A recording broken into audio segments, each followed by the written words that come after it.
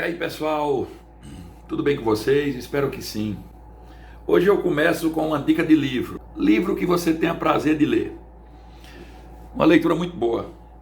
Brasil, uma biografia, de Lilian Schwanks e Eloísa Sterling. Muito bom livro. Não se assustem com o tamanho. Você pode ler a época que você quiser, a parte que você quiser. Tem coisas muito interessantes desse Brasil, uma biografia. Então eu deixo essa dica para vocês aí, tá? Vamos à aula.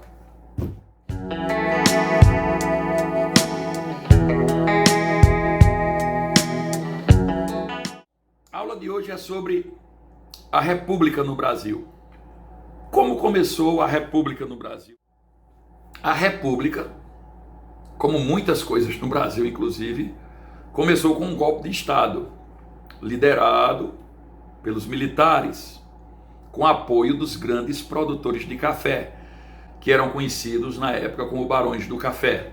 Então você já detecta aí de início uma união entre o poder econômico, a elite cafeeira, com o poder da força militar. A proclamação da República não teve participação das grandes massas populares.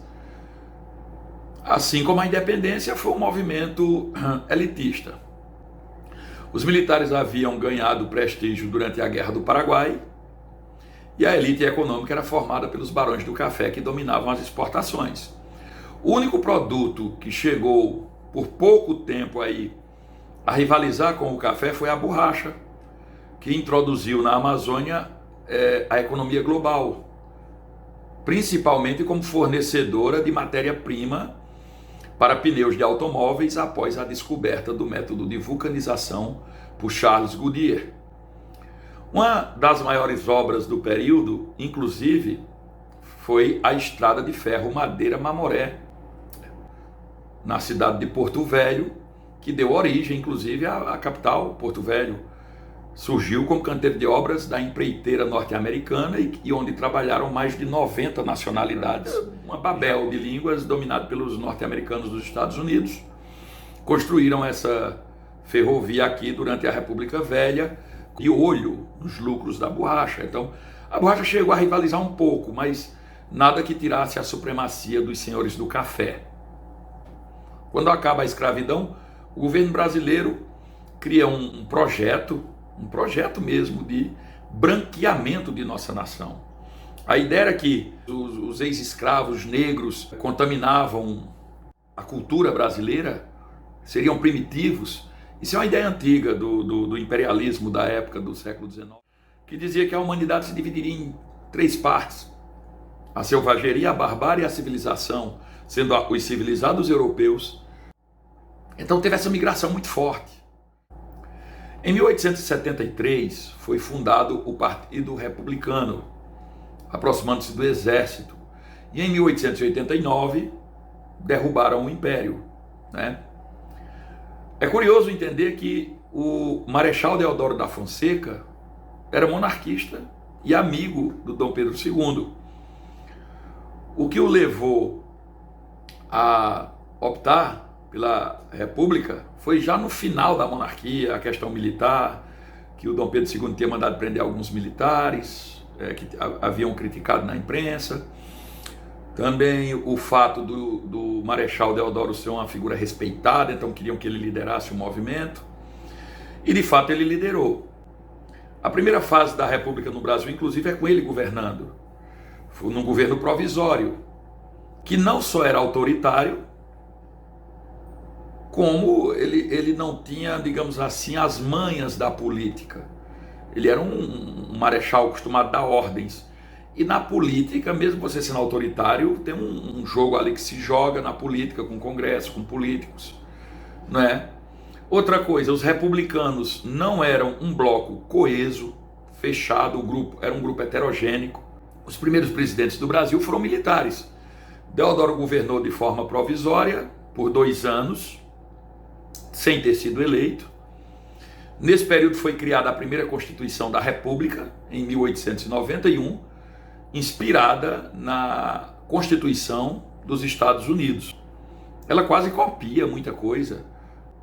Tem assim, República dos Estados Unidos do Brasil. Até o nome eles copiaram, assim, muita coisa. Mas o que é que tinha de interessante aí? Eles estabelecem na Constituição, assim como lá, um regime presidencialista, o mandato aqui 4 anos, sistema federativo. Que é um sistema federativo? Que os estados tenham mais autonomia, o que interessava muito aos cafeicultores paulistas, né, porque eles tinham mais autonomia. Uma organização das forças militares, a divisão dos poderes agora em apenas 3, executivo, legislativo, judiciário. O poder moderador, que estava nas mãos do imperador, é extinto. Porém, na prática, o autoritarismo continua, como a gente vai ver, não é? Deodoro foi eleito depois do período provisório indiretamente. Aquela mesma Assembleia Constituinte, os deputados e senadores que criaram nossa primeira Constituição, vão votar para ele ser o presidente, não o povo. Eu não sei se vocês sabem, nosso primeiro presidente, ele não terminou o mandato. Ele renunciou antes do fim, né? Bem antes do fim. Mas vamos falar da Constituição. O que é que nossa Constituição estabelecia? A primeira da República. O voto direto de brasileiros, apenas homens maior de 21 anos. Então a mulher ainda aí é vista como cidadã, não é vista nem como cidadão, é uma segunda categoria. A visão que se tem da mulher aí na questão de gênero é que a mulher é uma progenitora, deve cuidar do lar, da família, uma mulher do lar, e não se envolver muito em assuntos de política, porque ela não podia nem votar. Homens maiores de 21 anos, que fossem alfabetizados. Então você tira 90% da população desse período, 80 e tantos por cento, porque eram analfabetos, não havia escolas públicas gratuitas para as pessoas assim em todo lugar. Então não podia votar analfabetos, mendigos e praças militares. Soldados militares não podiam votar. Na monarquia tinha um voto censitário, baseado na renda. Aqui eles tiram a renda, mas a renda permanece, porque quando você diz homem maior de 21 anos e alfabetizado, você continua a excluir grande parte da população. Há também a separação entre Estado e Igreja, questão bem política. É para enfraquecer a influência da igreja, que a Igreja Católica tinha durante a monarquia na República. Tira aquele fato de que havia uma igreja, uma religião oficial, porque na monarquia a religião do imperador tinha que ser seguida pelos outros na lei, né? Teoricamente nessa lei era a religião oficial de Estado, ela é tirada.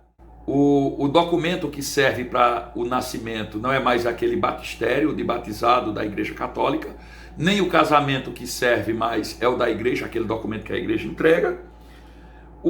São criados cartórios, veja que interessante, e passa o casamento civil e o registro civil de nascimento, seus documentos que valem. Isso gerou muitas revoltas. A revolta de Canudos tem um pouco disso aí, que é o fato de que viam aquilo, as pessoas do povo, religiosas, viam aquilo como uma coisa que não era de Deus. Como é que você tira da igreja? Mas ficou, juridicamente, oficialmente, o casamento que vale para a sociedade civil, jurídica, é o casamento civil. Foi essa separação lá na República. A educação laica, professores leigos, quer dizer, professor não é leigo de não saber, leigo de não ser da igreja, que é a pessoa poder seguir. Claro que essa liberdade religiosa ela tinha seus limites. Judeus podiam ser judeus, protestantes podiam ser protestantes, católicos podiam ser católicos. As religiões de matrizes africanas, ligadas ao candomblé, essas continuaram sendo perseguidas por muito tempo. Eleito em fevereiro de 1891, Deodoro da Fonseca renunciou em novembro de 91, quer dizer, não durou nem um ano, nosso primeiro presidente. Vários fatores acarretaram a renúncia dele. O fato mesmo, como eu já falei, dele ser um militar de alta patente, acostumado a dar ordens, não era um político, uma crise econômica enorme que se abateu sobre o país. E para conter essa crise econômica, o Deodoro da Fonseca nomeou um dos homens que era tido como um dos homens mais sábios do Brasil na época, o baiano Rui Barbosa, um grande orador, para ser ministro da Fazenda, ministro da Economia. E o Rui Barbosa, ele vai liberar a circulação de papel moeda em grande quantidade e facilitar um empréstimo para a abertura de crédito às pessoas que tivessem maior poder aquisitivo e que pudessem pegar empréstimos maiores, abrissem frentes de trabalho, abrissem empresas.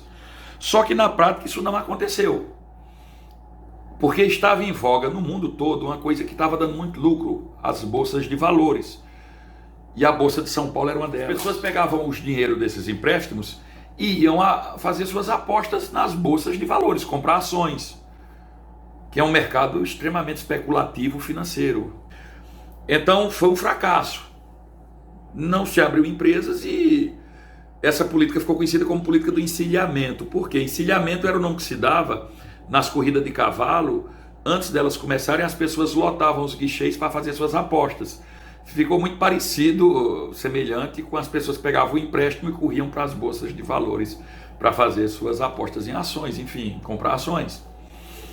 Esse crédito expandido e o aumento da quantidade de moeda gerou mais inflação e o governo Deodoro ficou descrito como um governo, geralmente ele é descrito como um governo rígido, inflexível e com muita censura à imprensa, que é outra característica de governos autoritários, a imprensa ser muito perseguida.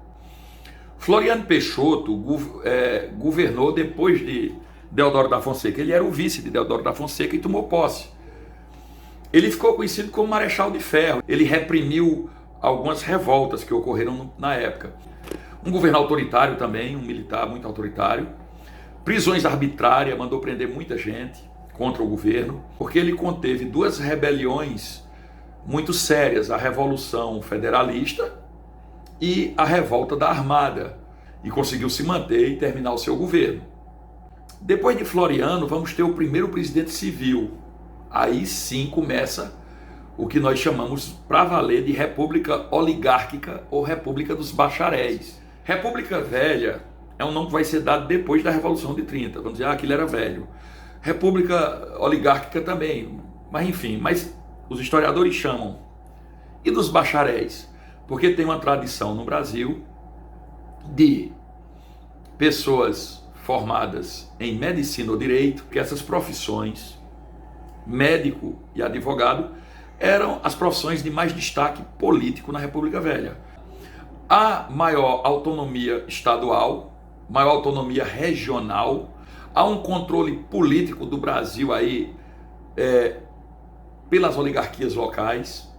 Um exemplo clássico são as oligarquias paulistas ligadas à economia do café, as oligarquias nordestinas, que Prudente de Moraes foi escolhido pelo voto direto, é o primeiro presidente da República pelo voto direto. Agora veja, por isso que eu digo que a história é complexa.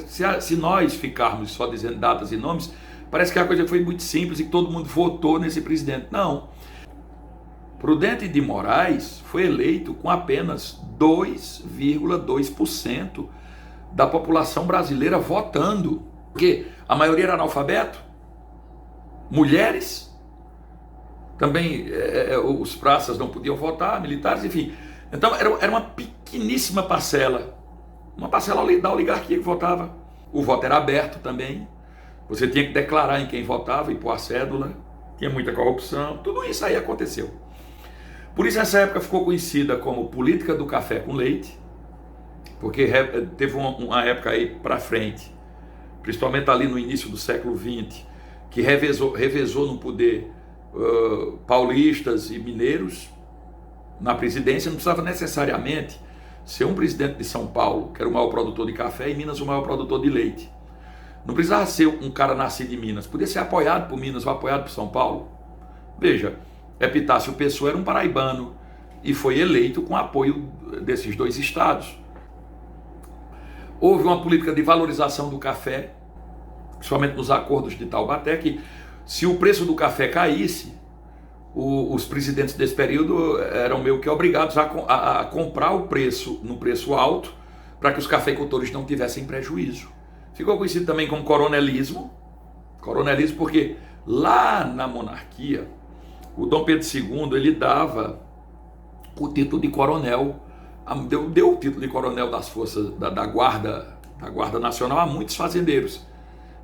Isso foi tirado com a República, né? Para ser um coronel tinha que entrar no exército, mas esses homens que não eram militares, mas se autoproclamavam coronéis, porque tinham recebido o título do imperador, muitos até desfilavam com roupas militares sem ser, passou historicamente a designar aquele grande e rico fazendeiro, o coronel.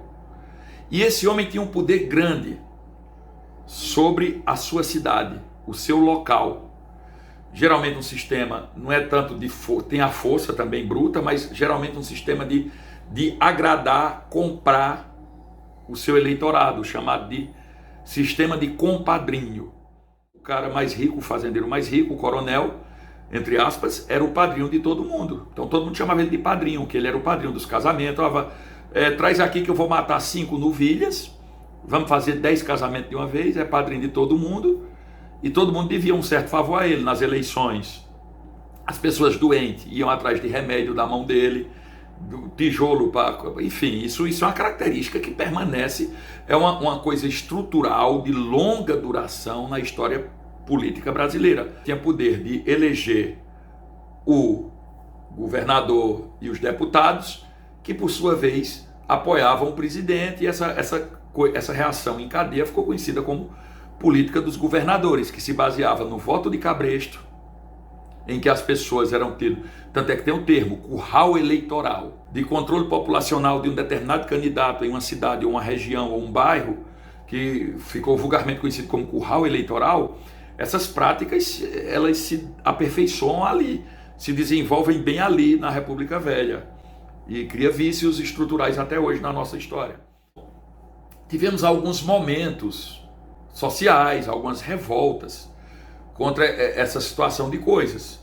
Destaque para a Guerra de Canudos, revolta da Chibata, o tenentismo, os 18 do Forte de Copacabana, que está ligado ao tenentismo, a campanha do contestado, a revolta da vacina e a Semana de Arte Moderna.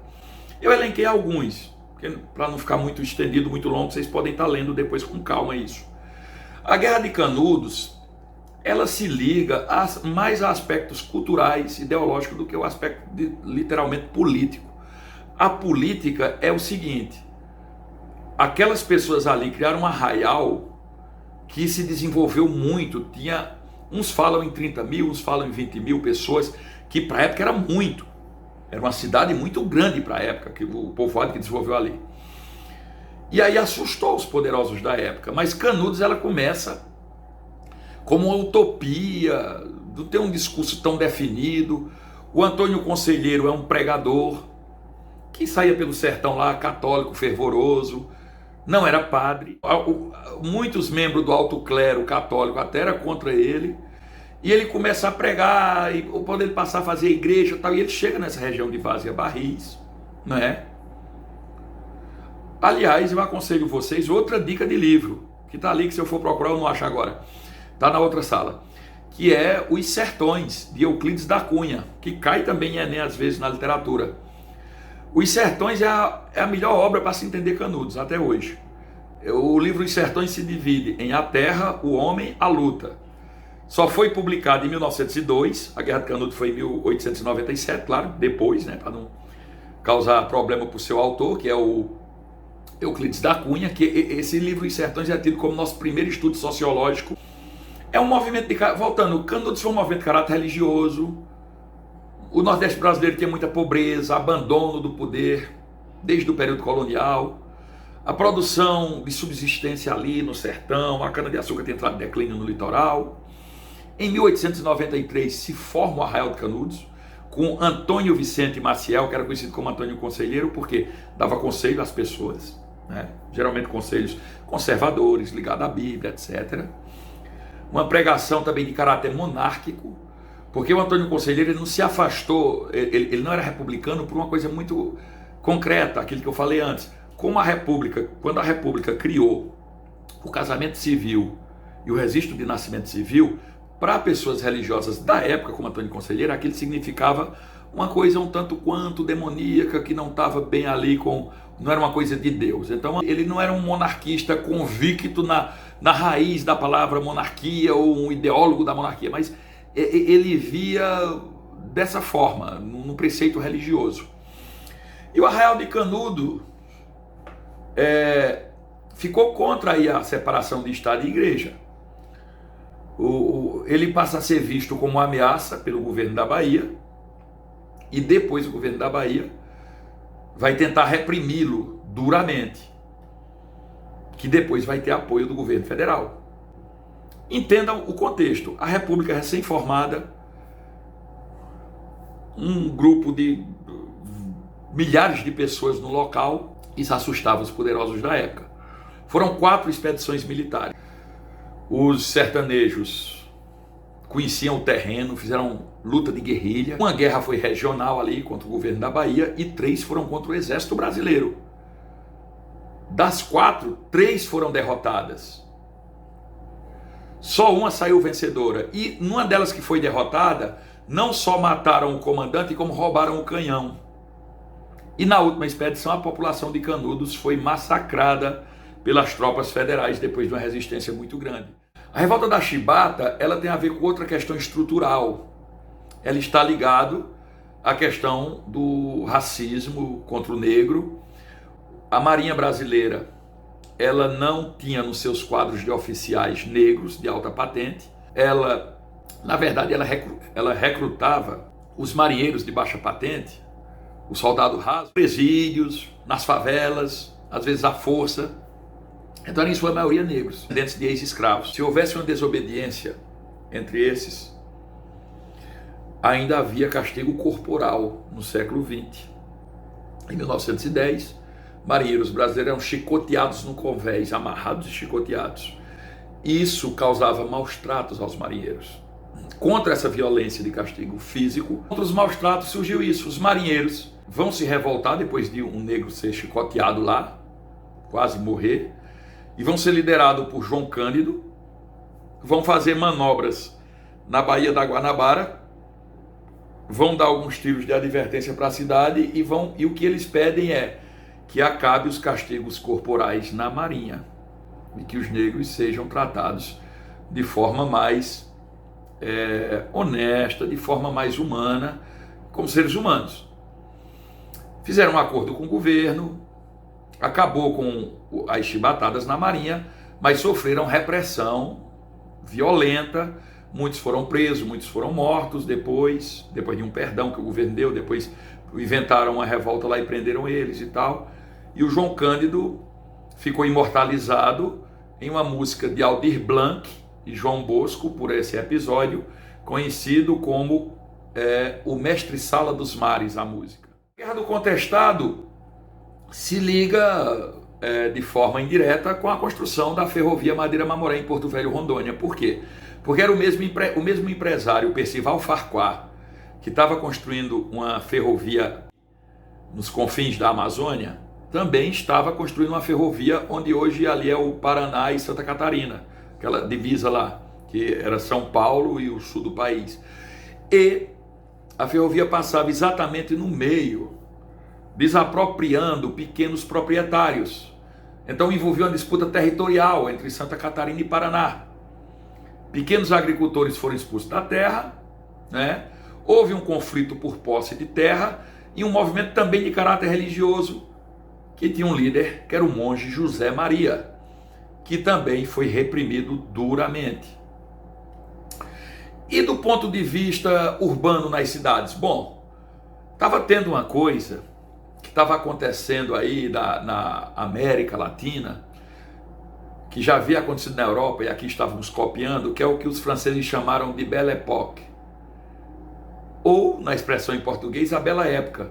Foi um momento de modernização e domínio de padrões europeus sobre o mundo, né? Com ganhos industriais que duraram até o final do século XIX, até 1914, antes do início da Primeira Guerra Mundial. E teve muito investimento em industrialização em São Paulo. O café de São Paulo foi se adaptando para a indústria. Se você olhar na história do Brasil, as grandes indústrias do Brasil começam ali em São Paulo, lá final do século XIX, início do século XX. Então essa Belle Époque criou, entre outras coisas, a chamada urbanização do Rio de Janeiro, que gerou uma revolta grande. Houve um projeto urbanístico no Rio de Janeiro, que era a capital federal do Brasil, não esqueçam, e eles queriam remodelar o centro, fazer como em Paris, cidades largas, né? Lembrem que o advento do automóvel também tinha chegado os primeiros carros, que eram poucos ainda, mas tinham chegado. No centro do Rio de Janeiro, então, eles vão ter uma separação. Pegam os pobres, destroem os cortiços e colocam os pobres para a periferia. Alegam a falta de higiene, a miséria, e colocam abaixo os cortiços e abrem avenidas largas com prédios imponentes, grandes mansões, né? Isso ficou conhecido como bota abaixo, a destruição dos antigos casarões. E não houve indenização para essas pessoas, elas foram expulsas e tiveram que se virar na periferia. Aí é um embrionário do que hoje chamamos de favelas. Que, como tinha muita plantação de favas, que é um dos alimentos que eles usavam na agricultura, ficou conhecido como favelas. E esse botar abaixo no início do século XX, mais precisamente em 1904, se não me falha a memória, eles abrem essas avenidas e expulsam as pessoas do centro. É uma divisão geográfica social. Pobres na periferia e os ricos no centro. Depois tem a revolta da vacina, que você vai entender por quê. Quando Oswaldo Cruz, logo após essa revolta urbanística, Oswaldo Cruz, considerado um dos maiores médicos sanitaristas do mundo, não só do Brasil. Mas o Oswaldo Cruz, ele tinha uma coisa, o autoritarismo daquela época. Ele conseguiu erradicar a varíola, mas o problema é que, numa época que as pessoas já tinham se disposto para a periferia, na época que a República ainda estava se estabelecendo, as pessoas foram obrigadas, na marra, a se vacinar. Os opositores à República colocaram fake news virtual existe hoje, mas fake news sempre teve, de que aquilo ia matar os negros. Gerou uma celeuma no Rio isso tudo. E por isso que houve a revolta da vacina. Então, meus caros alunos, é assim que começa a nossa República, a Primeira República. Não há grandes mudanças estruturais do ponto de vista social, das pessoas mais humildes. Forma-se uma oligarquia, principalmente pelos produtores de café, que irá durar até a Revolução de 1930, que aí já é outro assunto. Até a próxima aula. Um abraço a todos, fiquem com Deus.